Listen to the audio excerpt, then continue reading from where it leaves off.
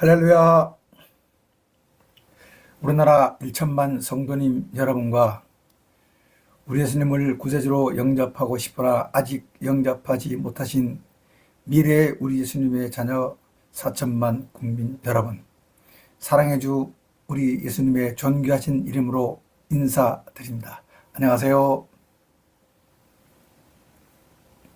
사랑합니다. 성도님들의 소망인 성경 통독, 그냥 통독만 해도 A 플러스 아주 훌륭합니다. 그런데 성경에는 비유, 은유, 상징, 계시 같은 것 있어 좀 어렵죠. 게다가 역사적 배경을 좀 알아야 하는 것도 있고요. 또 전문적 지식을 좀 필요로 하는 것도 있습니다.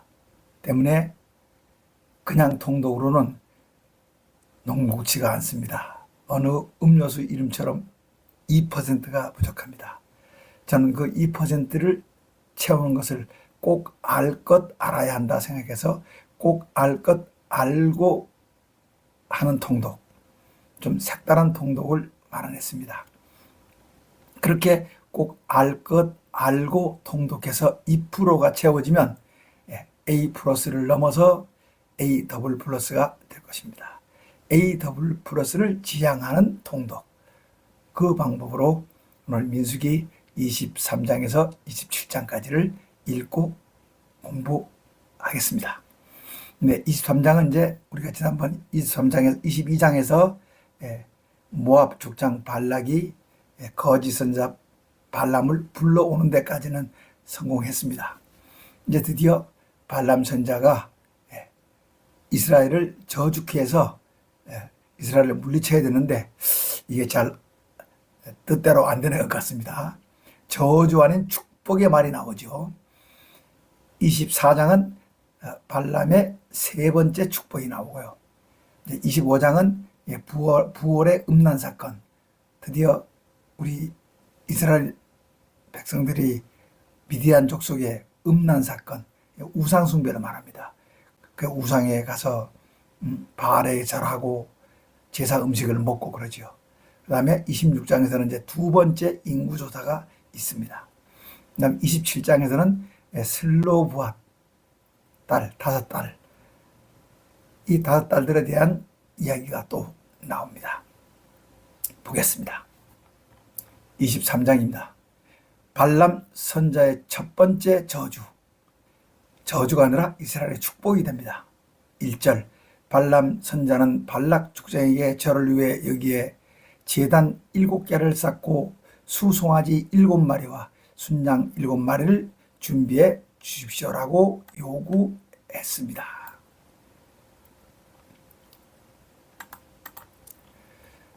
발락 족장이 발람 선자의 요구대로 제물을 준비해 오자 발락 족장과 발람 선자는 제단마다 수송아지와 순양 1마리씩 드렸습니다. 3절, 그리고 발람 선자는 발락 족장에게 족장님께서는 번제물 곁에 서 계십시오. 저는 혹시 야훼 하나님께서 저를 만나러 오실지 모르니 높은 곳에 가 야훼 하나님을 기다리겠습니다. 야훼 하나님께서 제게 말씀하시면 거짓 없이 족장님께 말씀드리겠습니다 라고 말하고 발람 선자는 높은 곳에 올라갔습니다. 4절, 마침내 야훼 하나님께서 발람 선자에게 임하셨습니다. 이에 발람 선자는 야훼 하나님, 제가 제단 7개를 쌓고 각 제단에 수송아지와 순양 1마리씩을 드렸습니다 라고 아뢰자.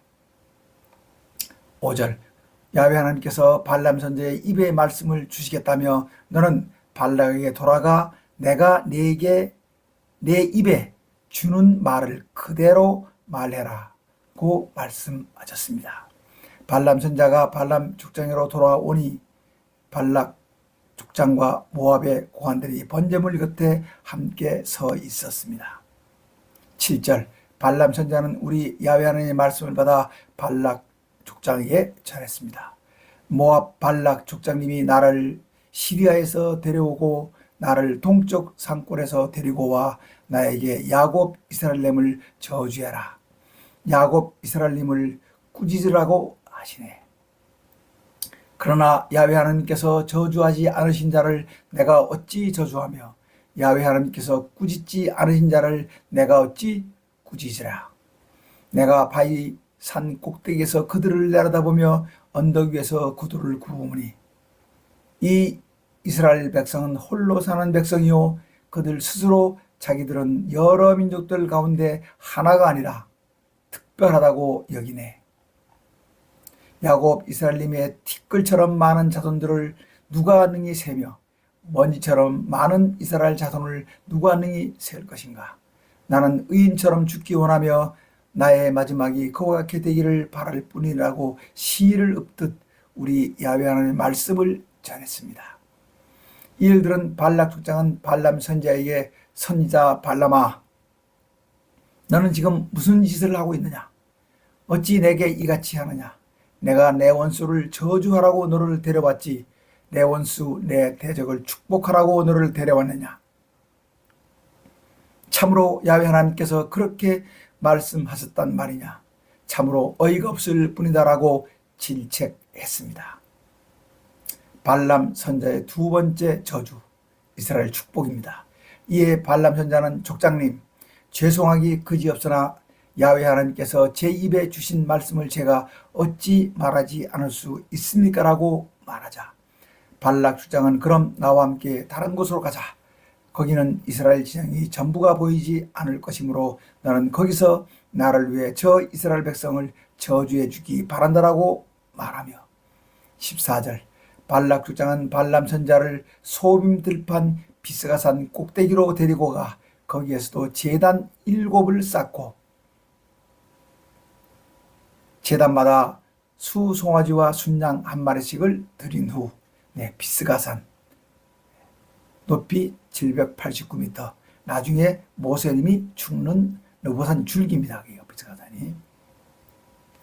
발람 선자는 발락 족장에게 족장님 제가 저희가 야훼 하나님을 만나 뵐 동안 족장님은 여기 번제물 곁에 서 계십시오라고 말하고 다른 곳으로 갔습니다.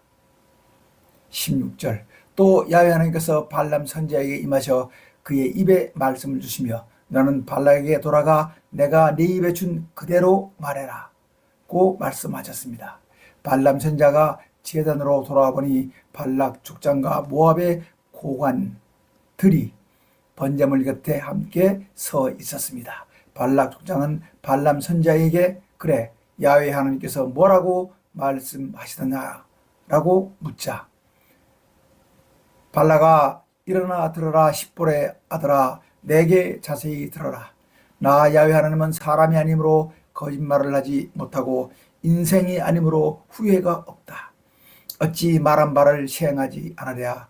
어찌 약속한 바를 이루지 않으랴. 저는 이스라엘을 축복하라는 명을 받았지요. 야훼 하나님께서 베푸신 복을 저는 바꿀 수 없지요. 이스라엘의 야훼 하나님은 야곱 이스라엘님의 허물을 보지 않으시며 야곱 이스라엘님의 반역을 보지 않으시네요.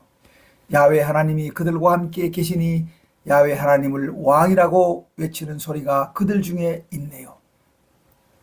22절 야훼 하나님께서 그들을 이집트에서 인도해 내셨으니 그들의 힘이 들소와 같네요.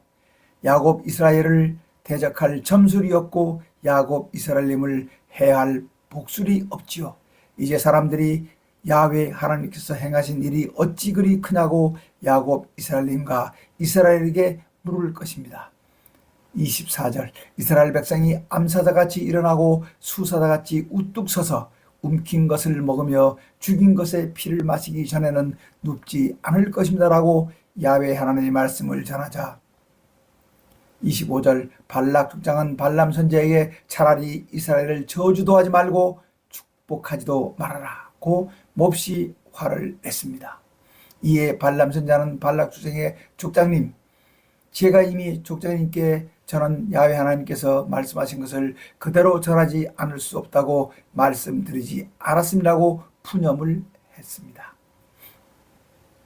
발람 선자의 세 번째 저주 이스라엘 축복. 아직도 화가 덜 풀린 발락 족장은 발람 선자에게 가자 내가 너를 다른 곳으로 데리고 왔더니 혹 야훼 하나님께서 옳게 생각하시면 거기에서는 나를 위해 이스라엘을 저주해라며 발락 족장은 발람 선자를 광야가 내려다 보이는 부올산 꼭대기로 데리고 갔습니다.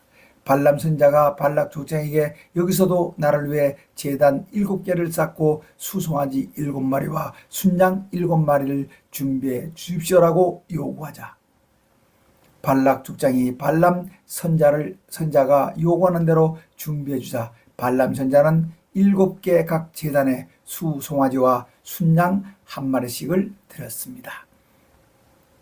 24장 발람 선자는 자기가 이스라엘 백성을 축복하는 것을 우리 야훼 하나님께서 좋게 여기신다는 것을 알고 전과 같이 점수를 쓰지 않고 그의 얼굴을 광야로 향하고 눈을 들어 이스라엘 백성의 지파대로 어마어마하게 천막을 치고 있는 진영을 보고 있는데 그때 우리 야훼 하나님의 영이 발람 선자 위에 임하셔 말하게 했습니다. 3절 부올의 아들 발람이 말하며 눈이 열린 자가 말합니다. 야훼 하나님의 말씀을 듣는 자의 말입니다. 환상으로 전능자를 뵙고 넘어졌으나 오히려 두 눈을 밝히 뜬 사람의 말입니다. 5절 야곱 이스라엘님 당신의 장막이 이스라엘이여 내 거처가 어찌 그리 아름다우냐. 계곡처럼 뻗었구나. 강가의 동산 같구나. 야훼 하나님께서 심으신 침향목 같구나. 냇가의 백향목 같구나. 물통에서는 물이 넘치고 뿌린 씨는 물을 흠뻑 먹을 것이다. 그들의 임금은 아각을 누르고 그들의 나라는 널리 위세를 떨칠 것이다. 네, 아각, 아멜렉 족장의 공식 호칭이죠.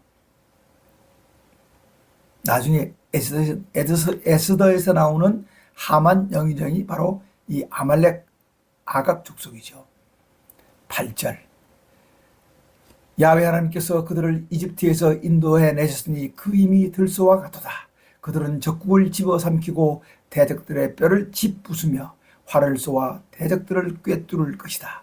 엎드리고 웅크린 모습이 수사자 같기도 하고 암사자 같기도 하니 누가 일으킬 수 있으랴. 너에게 복을 비는 자마다 복을 받을 것이요 너를 저주하는 자마다 저주를 받을 것이다 라고 야훼 하나님께서 말하게 하신 말씀을 전하자 발락 족장은 발람 선자가 이스라엘을 저주하지 않고 축복하자 화가 나 돌아가라고 소리를 질렀습니다. 10절 발락 족장은 발람 선자에게 크게 노해 주먹을 불끈 쥐고 떨면서 내가 너를 부른 것은 내 원수를 저주하라는 것이었는데 너는 내 뜻을 거역하고 3번이나 저 이스라엘을 축복했다. 이제 너는 내가 있던 곳으로 빨리 돌아가라. 그렇지 않으면 내가 내 목숨을 거둘 것이다. 내가 너를 높여 심히 존귀하게 하려고 했더니 야훼 하나님께서 너를 막아 존귀하지 못하게 하셨다라고 역정을 냈습니다. 12절 발람 선자는 발락 족장의 족장님 저는 족장님께서 제게 보낸 사신들에게 미리 말하지 않았습니까? 족장님께서 족장님 집에 가득한 금은과 은을 제게 줄지라도 저는 야훼 하나님의 말씀을 어기고 선악간에 제 마음대로 행하지 못하고 오로지 야훼 하나님께서 제게 말씀하신 대로 말할 것이라고 미리 말씀드리지 않았습니까? 발람 선자의 4번째 저주 이스라엘 축복입니다. 우리 주님 예수 그리스도의 탄생을 예언하는 축복입니다. 이제 저는 저의 백성에게로 돌아갑니다만 저 이스라엘 백성이 훗날 당신의 백성에게 어떻게 할 것인가를 말씀드리겠습니다. 부올의 아들 발람이 말하며 눈이 열린 자가 말합니다. 야훼 하나님의 말씀을 듣는 자의 말입니다. 가장 높으신 분께서 주신 지식을 가진 자의 말입니다. 환상으로 전능자를 뵙고 넘어졌으나 오히려 두 눈을 밝히 뜬 자의 말입니다. 제 눈에 한 모습이 보입니다. 그러나 당장 나타날 모습은 아닙니다. 그 모습이 환히 보이지만 가까이 있는 모습은 아닙니다. 한 별이 야곱 이스라엘님에게서 나올 것입니다. 한 별이 야곱 이스라엘님에게서 나올 것입니다. 이스라엘에서 한 통치의 홀이 일어날 것입니다. 그가 모압의 이마를 칠 것입니다. 셋의 후손들의 영토로 칠 것입니다. 자, 한 별, 우리 주님 예수 그리스도의 탄생을 예고합니다. 하나님의 오심이죠. 통치에 올 우리 예수님의 왕권, 세세 후손, 시끄러운 허풍쟁이라고 합니다. 그는 에돔을 차지할 것입니다. 대적 세일도 그의 차지가 될 것입니다. 이렇게 이스라엘은 힘을 떨칠 것입니다. 야곱 이스라엘에게서 한 통치자가 나와 그 성읍에 살아남은 자를 죽일 것입니다. 20절, 또 아말렉은 민족들의 으뜸이나 마침내 멸망할 것입니다. 또 겐족 속에 사는 곳은 든든하고 보금자리가 바위 위에 있으나 쇠약해 나중에는 아시리아의 포로가 될 것입니다. 23절, 슬프다. 야훼 하나님이 이 일을 행하실 것이므로 그때 누가 살아남을 것인가. 배들이 기띔 해변에서와 아시리아를 학대하고 에벨도 괴롭힐 것이나 그들도 망하고 말 것입니다라고 예언을 마치고 발람 선자가 급히 길을 떠나 자기 살던 곳으로 돌아가자 발락 족장도 자기 길을 갔습니다. 25장입니다. 이스라엘 백성들이 부월에서 바알신에게 절하는 죄를 보매 우리 야훼 하나님의 진노를 사 전염병이 발생해 24,000명이 죽었습니다. 1절, 이스라엘 백성이 시딤에 머무르는 동안 백성들이 모압 여자들과 우상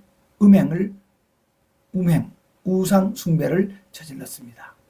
모압 여자들이 자기 신에게 제사할 때 이스라엘 백성을 초대하자 이스라엘 백성이 초대에 응해 모압의 바알신에게 절하고 제사 음식을 먹었습니다. 이스라엘 백성이 부월 지방의 신 바알을 경배하자 이로 인해 우리 야훼 하나님께서는 이스라엘 백성에게 심히 진노하셨습니다. 우리 야훼 하나님께서 모세님에게 너는 바알을 경배한 백성의 수령들을 모두 잡아 모든 사람이 보는 대낮에 나 야훼 하나님 앞에 목을 매달아라. 그리하여 나 야훼 하나님의 진노가 이스라엘에게서 떠날 것이다라고 말씀하셨습니다. 이에 모세님은 이스라엘 재판관들에게 너희는 부월 지방의 바알에게 경배한 사람들을 죽여라고 명령했습니다. 이 일로 온 이스라엘 백성이 성막문 앞에서 울 때 이스라엘 백성 중 한 사람이 모세님과 온 백성이 보는 데서 이방 여인 미디안 여자를 자기 장막으로 데리고 들어갔습니다. 이를 본 대제사장 아론님의 손자 엘르아살 대제사장의 아들 비느하스 제사장이 창을 들고 미디안 여자를 자기 장막으로 데리고 들어간 남자의 장막 안에 들어가 이스라엘 남자와 미디안 여자의 배를 꿰뚫어서 두 사람 모두 죽였습니다. 그러자 이스라엘 백성에게 생겼던 전염병이 그쳤습니다. 이 전염병이 어떻게 이렇게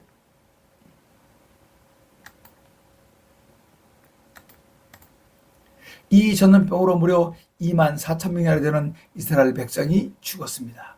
우리 야훼 하나님께서 모세님에게 대제사장 아론의 손자 엘르아살의 아들 비느하스 제사장의 의로운 일로 내가 더 이상 너희 이스라엘 백성에게 진노를 바라지 않겠다.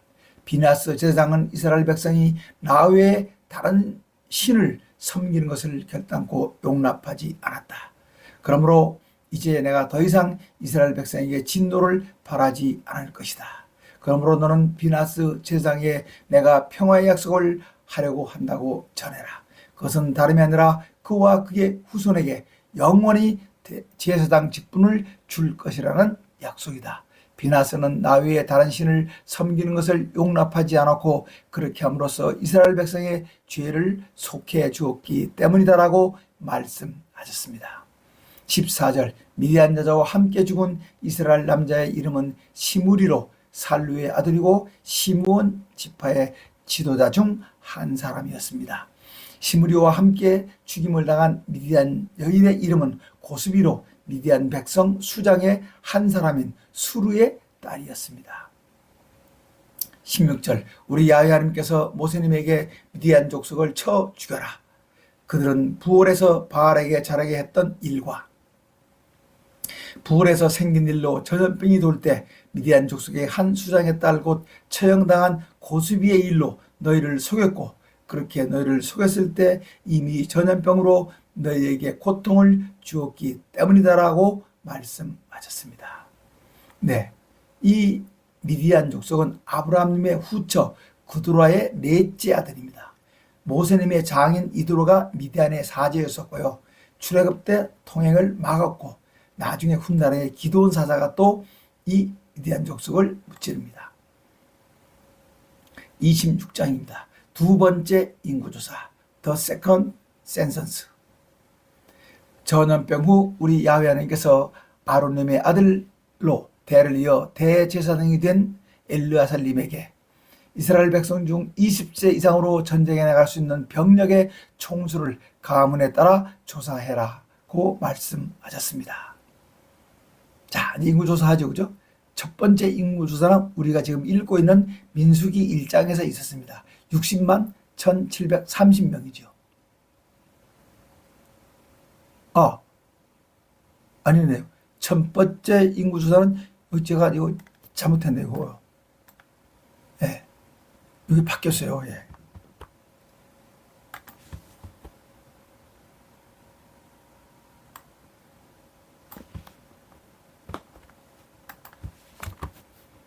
네, 첫 번째 인구조사는 민수기 1장인데요. 60만 3550명이죠.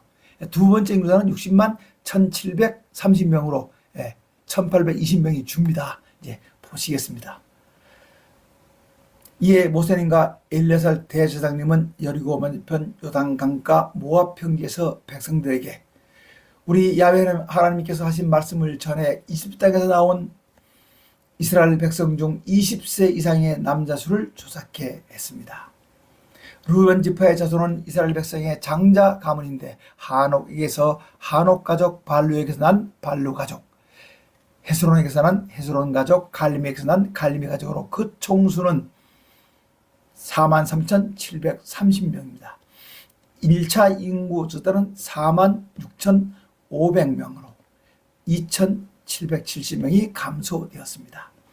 네, 우리 세계 어느 성경도 이렇게 가로치고는 없습니다. 제가 독자의 도움말을 주기 위해서 괄호원에다가 앞에서는 1차 조사 때는 2차 인구조사를 가로썼고요. 이번에 2차 조사에는 1차 인구조사를 결과를 괄호원에 써서 서로 비교하도록 했습니다. 읽는 분들은 쉽지만 저는 한참 작업을 했습니다. 앞뒤 막 넘어가면서 옮겨오느라고요. 위 발루 가족 중에 엘리압이라는 아들이 있었는데 엘리압은 느무엘과 다단과 아비람 세 아들을 두었습니다. 그런데 그중 다단과 아비람은 백성 중 유력자인 고라와 함께 모세님과 아론님에게 방귀를 들고 우리 야훼 하나님을 대적하다가 땅이 입을 벌려 고라를 비롯한 반역의 무리를 삼킬 때 죽었습니다. 이날 불이 반역하는 무리 250명을 살라 본보기로 삼을 때 우리 야훼 하나님께서 고라의 아들들은 죽이지 않으셨습니다. 바로 이겁니다. 반역의 무리가 주동자는 고라입니다. 그리고 또 그 다음 사람이 여기 나온 다단과 아비람인데 이 주동자입니다. 가장 대표자는 고라지요. 그 동지자는 250명 지휘관들이죠. 그 얘기를 지금 하는 거고요. 여기서 이게 또 의미가 있습니다.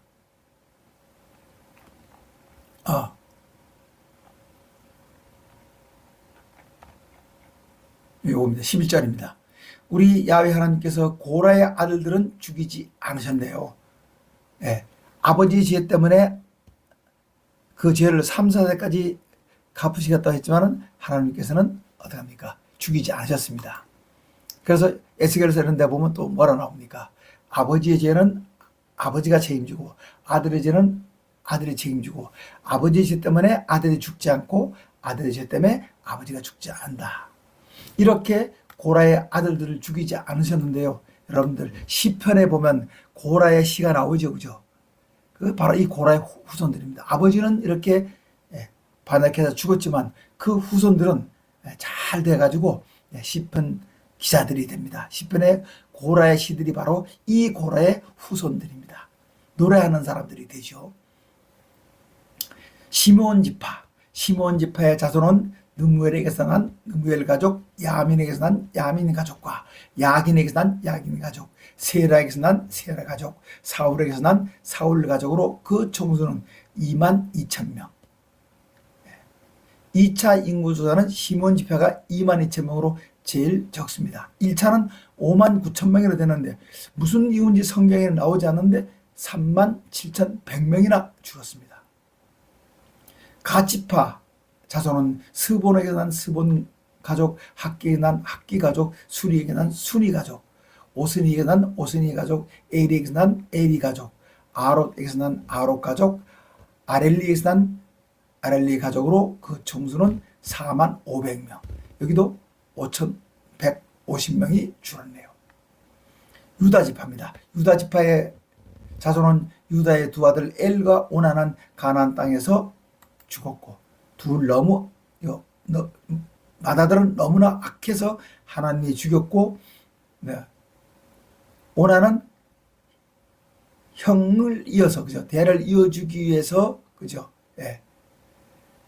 형의 아내 했던 형수 다말과 결혼했는데 하나님의 법을 지키지 않고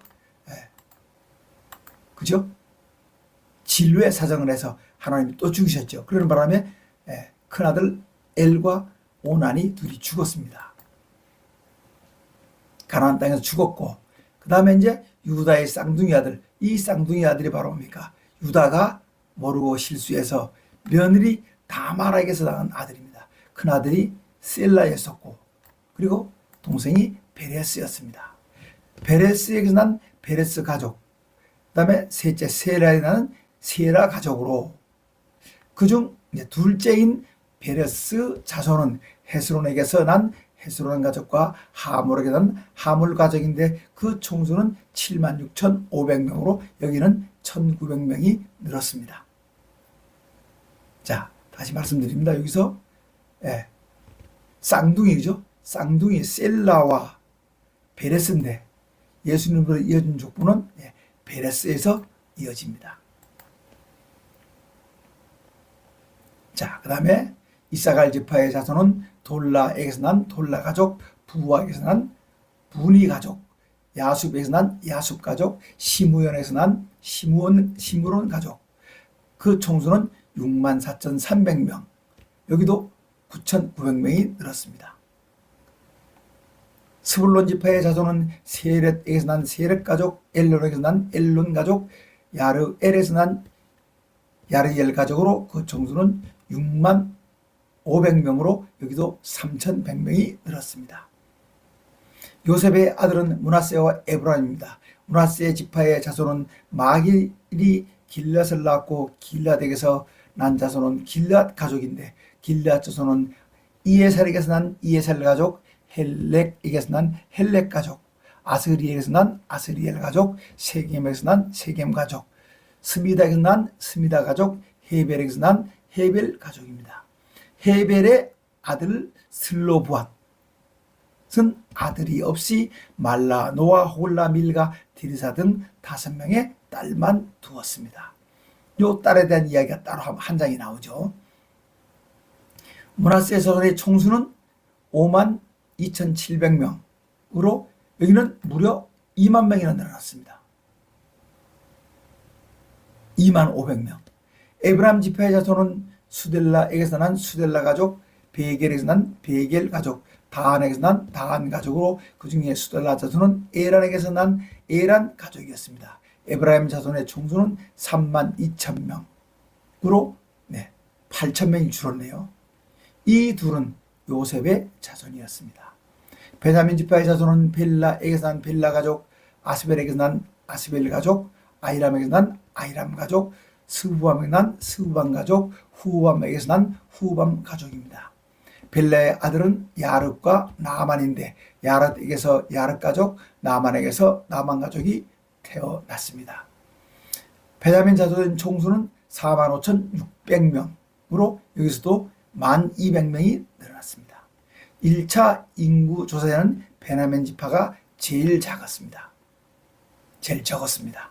42절. 단 지파의 자손은 수암에게서 난 수암 가족으로 단 자손의 총수는 64,400명으로 여기도 1,700명이 늘어났습니다. 아셀 지파의 자손은 임나에게서 난 임나 자손, 이스위에서 난 이스위 가족, 부리아에게서 난 부리아 가족인데 부리아 가족 중 헤벨에게서 난 헤벨 가족, 말기엘에게서 난 말기엘 가족이고 아셀에게서 세라라는 딸이 있었습니다. 아셀 자손의 총수는 53,400명으로 여기서도 11,900명이 늘어났습니다. 납달리 지파의 자손은 야살에게서 난 야살 가족, 구니에게서 난 구니 가족, 예셀에게서 난 예셀 가족, 실렘에게서 난 실렘 종족인데 납달리 자손의 총수는 45,400명에서 여기는 8,000명이 줄었습니다. 네, 이것도 제가 아까 그대로 두 번 쓰다 보니까 잘못돼서 고치겠습니다.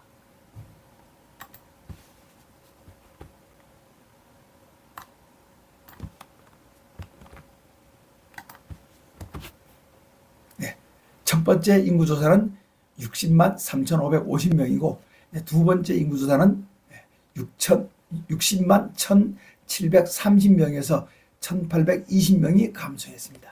이렇게 이스라엘 백성 중 20세 이상으로 전쟁에 나갈 수 있는 인구 총수는 60만 1,730명이었습니다.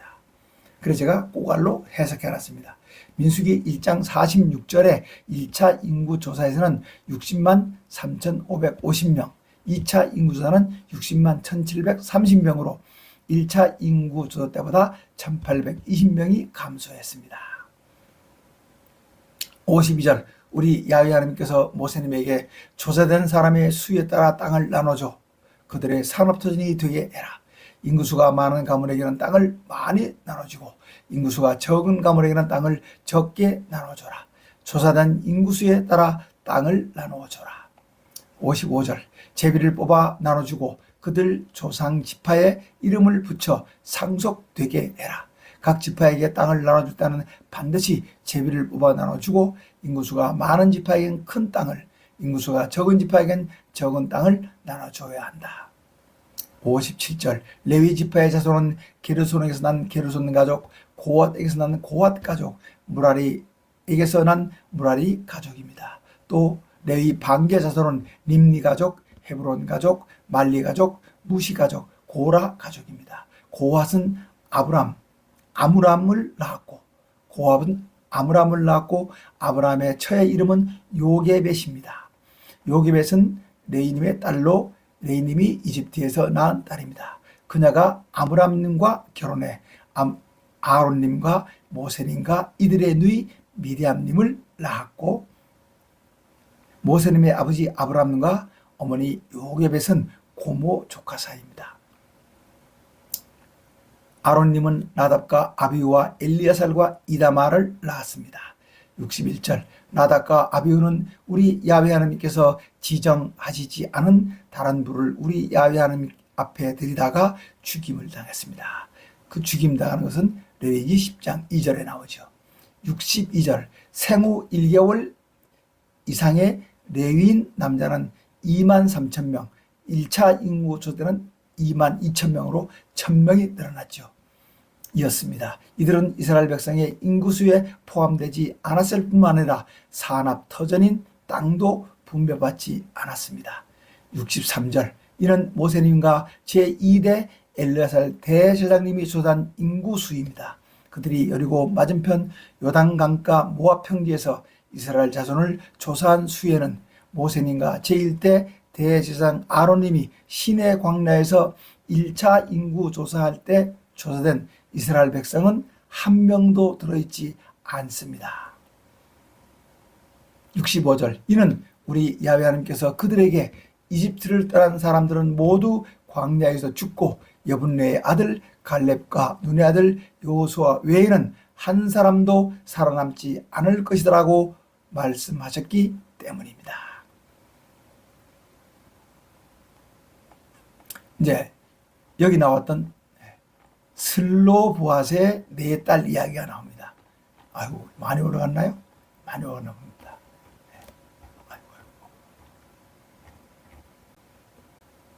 네, 안 되겠습니다. 내려가겠습니다. 자, 27장까지가 오늘입니다. 27장 읽겠습니다.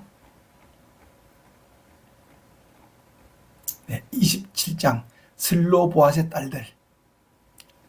요셉님의 둘째 아들 므낫세의 현손 곧 4대 손인 슬로보앗은 그 아버지 헤벨, 할아버지 길르앗, 증조할아버지 마일과는 달리 아들을 낳지 못하고 말라, 노아, 홀라, 밀가, 디르사 등 5명의 딸만 낳았습니다. 이 슬로봇의 딸들이 모세님과 엘리야살 대제사장님과 백성의 지도들과 온 백성이 모인 성막문 앞에 가 우리 아버지 슬로봇은 우리 야훼 하나님을 거역한 고라의 무리에 끼지 않았고 자신의 죄로 인해 광야에서 돌아가시면서 아들을 생산치 못했습니다.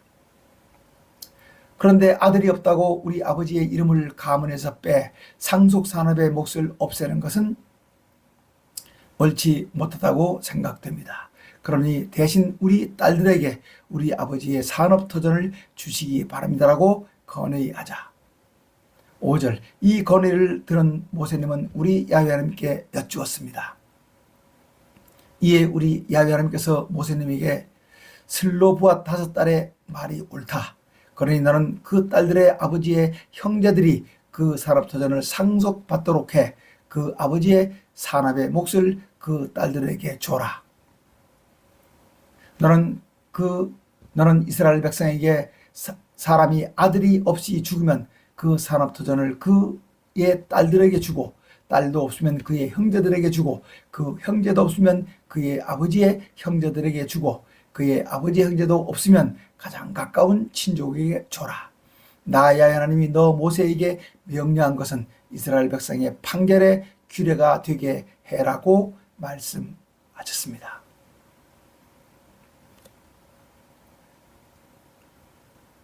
위대한 지도자 모세님의 후계자로 이스라엘의 지도자가 된 여호수아 장군. 우리 야훼 하나님께서 모세님에게 너는 이 아바림 산에 올라가 내가 이스라엘 백성에게 줄 땅을 바라봐라. 아바림 산, 사해 동쪽 모압 평 쪽에 있는 산입니다. 그 땅을 본 후 내 형 아론이 너의 조상에게로 돌아간 것처럼 너도 조상에게로 돌아갈 것이다. 이는 너와 내 형 아론이 신광야에서 내 명령을 신뢰하지 않고 온 백성이 무리바에서 나를 거역했을 때 너와 내 형 아론은 온 백성이 보는 앞에서 반석을 쳐 물을 터뜨려 나의 거룩함을 드러내 보였어야 했는데 너희가 그렇게 하지 못했기 때문이라고 말씀하셨습니다.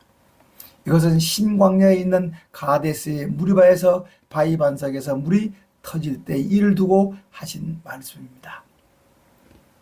네, 고갈로 제가 준비했습니다. 모세님과 아론님이 가나안 땅에 들어가지 못하는 이유, 무리바 물 사건에서 우리 야훼 하나님의 거룩함을 드러내 보였어야 했는데 그러지 못한 죄입니다. 하나님께서 그들이 원망할 때 바로 어떻게 합니까? 하나님의 이름으로 바위를 써 물을 냈어야 되는데 여기서 바로 그렇게 하지 못한 것. 그래서 거기서 야훼 하나님의 거룩함, 다시 말하면 거룩한 권능이죠. 그죠? 안어, 명예라고.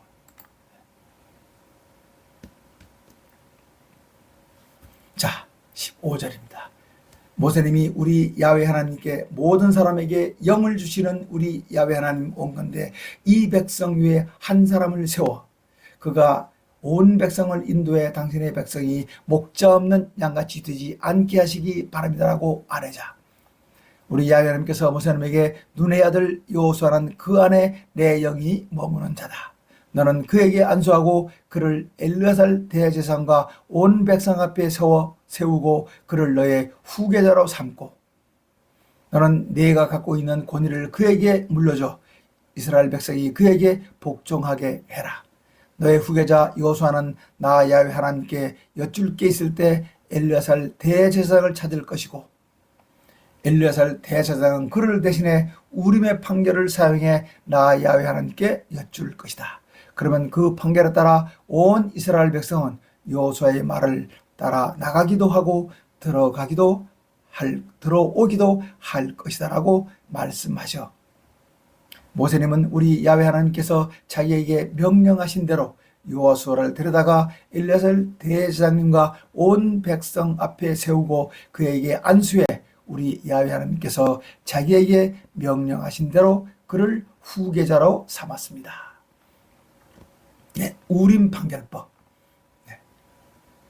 이럴 것이라고 상상해서 그려본 것입니다. 우림, 빛, 둠밈, 완전. 여기 어디에 들은 대제사장의 가슴 바지에 흉패에 들어있죠. 저거에 판결록입니다. 그래서 여기서 뭐라 합니까? 판결을 엘리야살 대제사장은 그를 대신에 우림의 판결을 사용해 바로 이걸로 이용합니다. 나 야훼 하나님께 여쭐 것이다. 그러면 그 판결에 따라 온 이스라엘 백성은 여호수아의 말을 따라 나가기도 하고 들어오기도 할 것이다. 네. 언제 제가 꼭 알로 준비했어요. 우림 판결법. 대제사장의 흉패 안에 들어있는 우림, 빛, 둠밈, 완전함으로 하나님의 뜻을 살피는 방법입니다.